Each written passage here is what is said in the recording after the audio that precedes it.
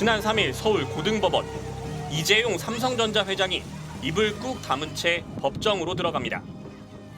행정법원에서 분식회계 인정된 혹시 입장 있으실까요? 승계 과정에서 삼성물산 주주들이 피해 입을 거란 예상 못하셨나요? 2016년 박근혜 정부 국정농단 사태에서 시작된 이 회장의 이른바 사법 리스크. 이 회장은 삼성물산과 제일모직 합병으로 원활하게 경영권을 승계하기 위해 당시 박 대통령과 최서원 씨에게 86억 원의 뇌물을 준 죄로 징역 2년 6개월을 선고받은 뒤 2022년 특별 사면됐습니다. 그렇지만 합병 과정에 대한 수사가 전부 끝난 건 아니었습니다. 두 회사를 합병할 때 허위 공시, 시세 조종, 분식 회계 등이 있었다는 또 다른 혐의가 포착됐기 때문입니다. 그러나 이 재판의 결과는 1심에 이어 2심도 무죄였습니다. 합병의 시너지에 근거가 없거나 경영권 승계만을 위한 합병이라고 보기 어렵다는 판단이었습니다. 이번 판결을 계기로 이제는 피고인들이 본연의 업무에 전념할 수 있게 되기를 희망합니다. 이재용 회장의 삼성그룹 지배권 강화와 승계를 위한 것이라는 게 정말 적어도 투자업계나 주식시장에서는 당연한 사실처럼 받아들여졌는데 이거를 우리 사법부는 결국에는 인정하지 않고 그 부분에 대한 사실은 눈 감은 것과 마찬가지인 거잖아요.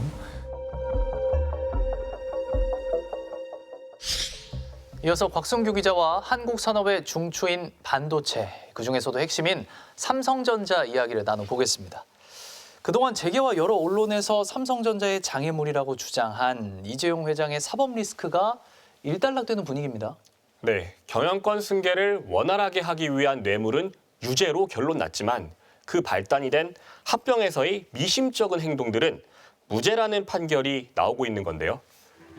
합병 과정과 법원의 판결을 좀 더 자세히 살펴보겠습니다. 2015년 9월 1일 제일모직과 삼성물산이 합병됐습니다.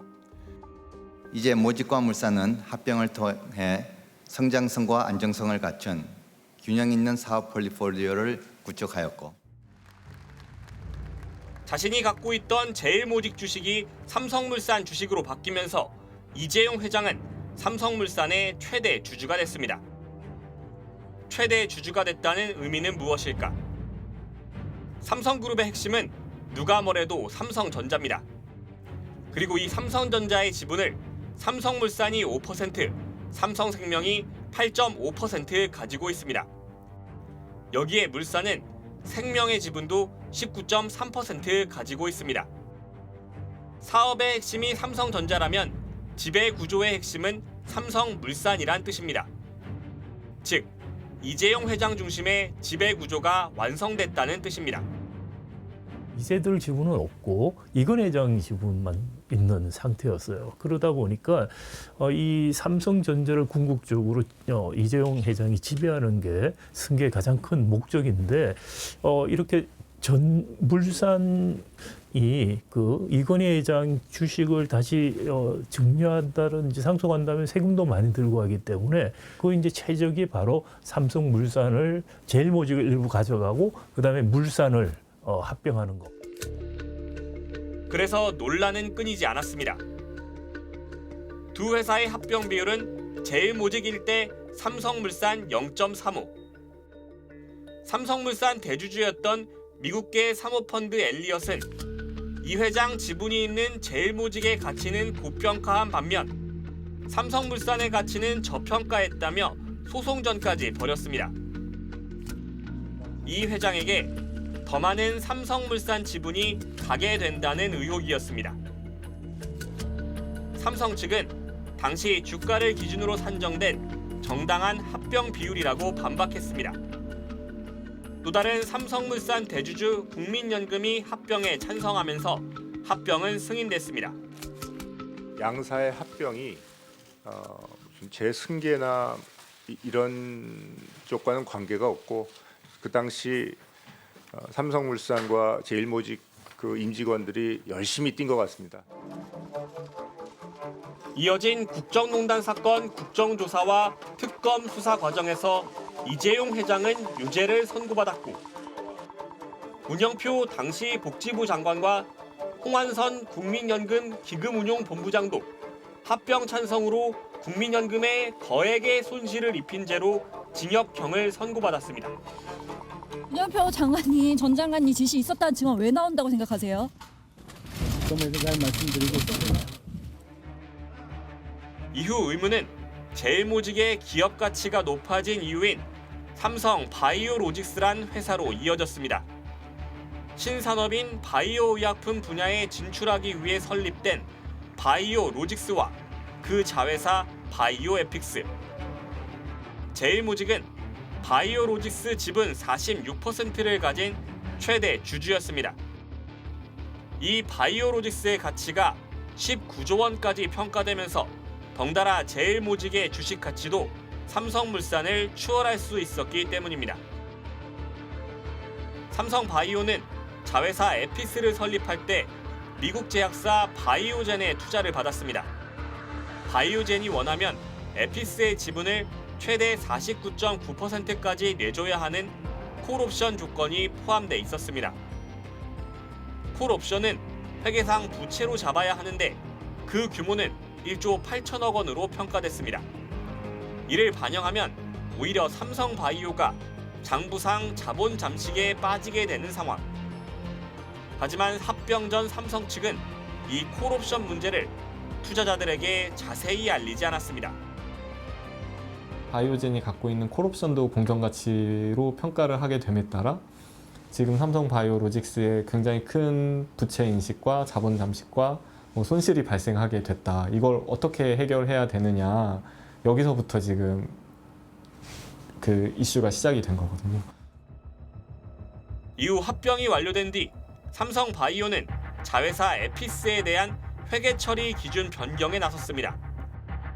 원래 90%의 지분을 가지고 있어 종속 회사로 봤지만 지분율이 하락하게 되는 콜옵션 가능성으로 지배력을 상실했다며 관계 회사로 변경한 겁니다. 국제 회계 기준에 따르면 종속 회사가 관계 회사로 바뀔 때 기존의 장부상 가치를 시장 가격으로 환산해 다시 기입할 수 있습니다. 2,900억 원이던 가치가 4조 8천억 원으로 변경되면서 자본 잠식 우려가 사라졌습니다. 삼성바이오 에피스를 단독으로 지배하는 회사라고 판단을 했으면 일관적으로 일관성이 있게 그렇게 판단을 했어야지 왜 그 지배력과는 무관한 삼성물산 합병이라는 사건 때문에 이 회계 처리가 변경이 됐느냐. 2018년 증권선물위원회는 회계 전문가들이 모인 회의를 여러 차례 연 끝에 이 같은 회계 처리가 이 회장의 경영권 승계를 돕기 위한 분식 회계라고 결론냈습니다. 회사가 2015년 지배력 변경의 정당성을 확보하기 위하여 회계 원칙에 맞지 않게 회계 처리 기준을 자의적으로 해석 적용하면서 이를 고의로 위반하였다고 결론을 내렸습니다. 검찰은 이듬해 5월 삼성바이오로직스 공장 바닥에 숨겨둔 회사 서버와 재경팀 직원들의 노트북을 찾아내기도 했습니다. 윤석열 당시 서울중앙지검장과 한동훈 3차장이 수사를 지휘했고 기소는 나중에 합류한 이복현 현 금감원장이 맡았습니다. 자본시장 질서를 교란한 사안의 중대성 등을 종합적으로 고려하여 금일 사건 처리에 이르게 되었습니다.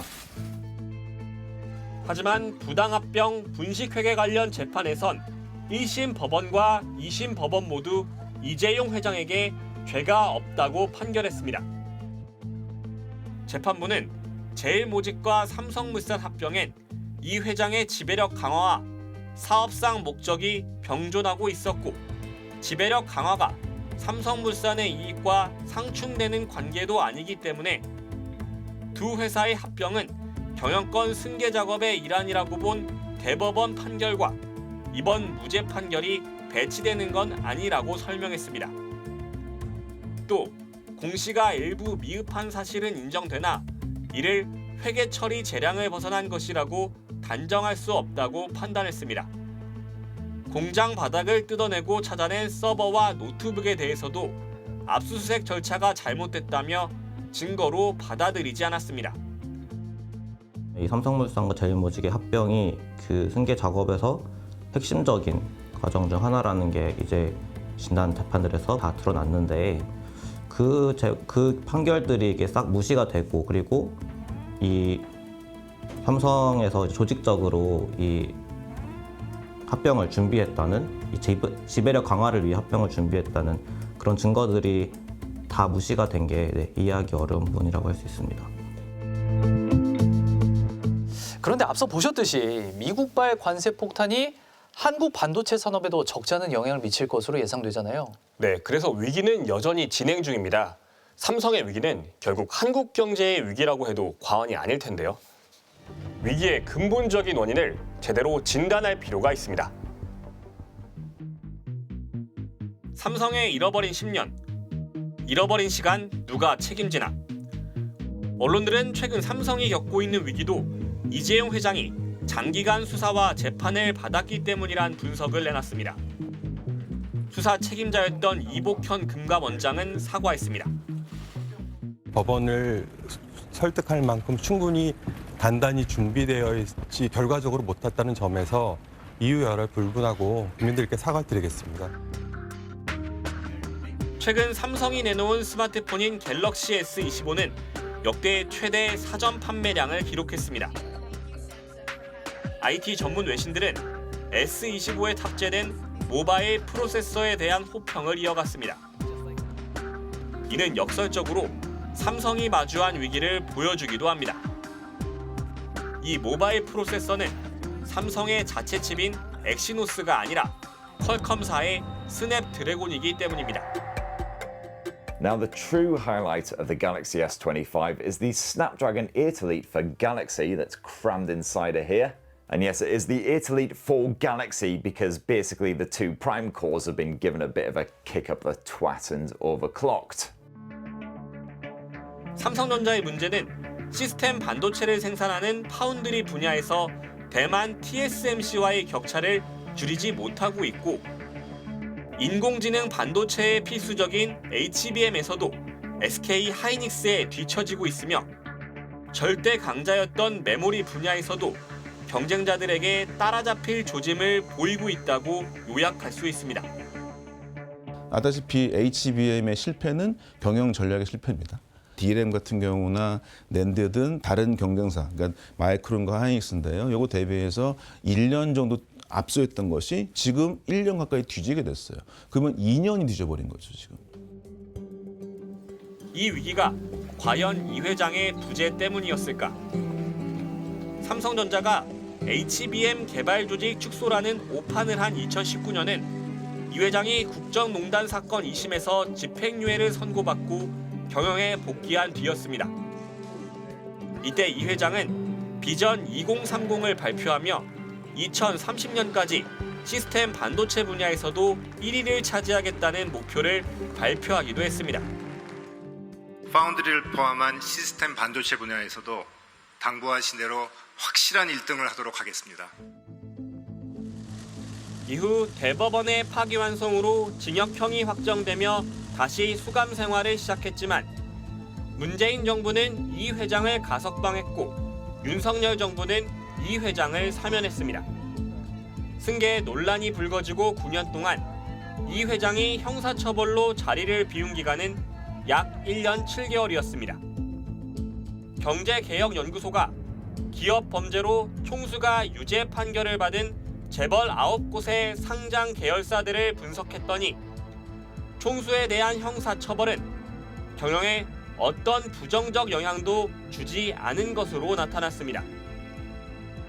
기업의 의사결정에 심각한 문제가 생겨서 뭐 투자도 안 되고 중장기적으로 기업의 수익도 나빠지고 뭐 이럴 거라는, 그러니까 기업 경영에 굉장히 큰 부정적인 영향이 갈 것 같이 많이 얘기를 했는데요. 일단은 뭐 수익이나 성장 이런 거에는 별 영향이 없어요. 그냥 별 영향이 없고요. 그 다음에 오히려 설비 투자는 오히려 증가합니다. 예. 그래서 뭐 기존에 이런 소위 그 재벌 쪽에서 얘기하는 것이 일종의 좀 공포 조장이었다. 사법 리스크 이후 삼성은 이번엔 노동 시간을 탓하기 시작했습니다. 작년 말 삼성전자 고위 임원들이 국회를 돌아다니며 의원들을 만났습니다. 이들은 반도체 연구 인력을 주 52시간 노동제에서 예외로 해달라고 요청했습니다. 특히 고객이 갑자기 납기를 당겨달라고 요구하는 사례도 있는데 이런 경우에 근로시간 관리를 할 때가 난감할 때가 많습니다. 또한 성능 수율 확보를 위해서는 연구개발 인력의 최대한 많은 실험 검증이 필요하지만 고객의 납기 요구, 근로시간 제약 이런 것들로 검증 횟수가 줄면서 완성도 저하 우려가 지금 있는 상황입니다. 삼성전자는 대만 TSMC에선 주 70에서 80시간 근무가 일상화돼 있다는 논거도 됐는데 이 때문에 TSMC가 근로기준법 위반으로 제재를 받는 등 대만에서도 문제가 된 사례였습니다. 대만의 TSMC를 인용하는데 대만의 TSMC가 그렇게 운영을 해서 사법적인 처벌을 받고 있어요. 벌금형 처벌을 받고 있습니다. 그 벌금을 감수하고 하는 건데 이게 바람직한 것이냐고요. HBM 분야 세계 1위인 SK 하이닉스의 연구개발직 평균 노동시간은 주 43시간. 지난해 삼성전자의 특별 연장 근로 신청은 15건인 반면 SK 하이닉스는 단 한 건도 없었습니다. 반도체 산업을 지원하기 위한 특별법을 두고 여야는 세제 지원 문제 등은 합의했지만 노동시간 문제는 결론을 내지 못하고 있습니다. 설령 반도체 기업들이 주 52시간제 적용을 일부 면제받더라도 삼성전자 내부에 이런 노동시간 관리를 능동적으로 수용할 분위기가 조성돼 있는지도 의문입니다. 삼성전자 노동조합이 사내 연구개발 직군 900여 명을 설문조사한 결과 전체 응답자의 90%가 주 52시간 적용 제외에 반대했습니다. 한 응답자는 3년 연속 상위 고가를 받았지만 월 초과 근무 시간은 평균 5시간을 넘지 않았다며 높은 생산성의 비결 중 하나가 충분한 휴식이다. 초과 근무로 혁신적 연구를 이뤄내겠다는 건 연구 업무를 이해하지 못하는 구시대적 발상이라고 말했습니다.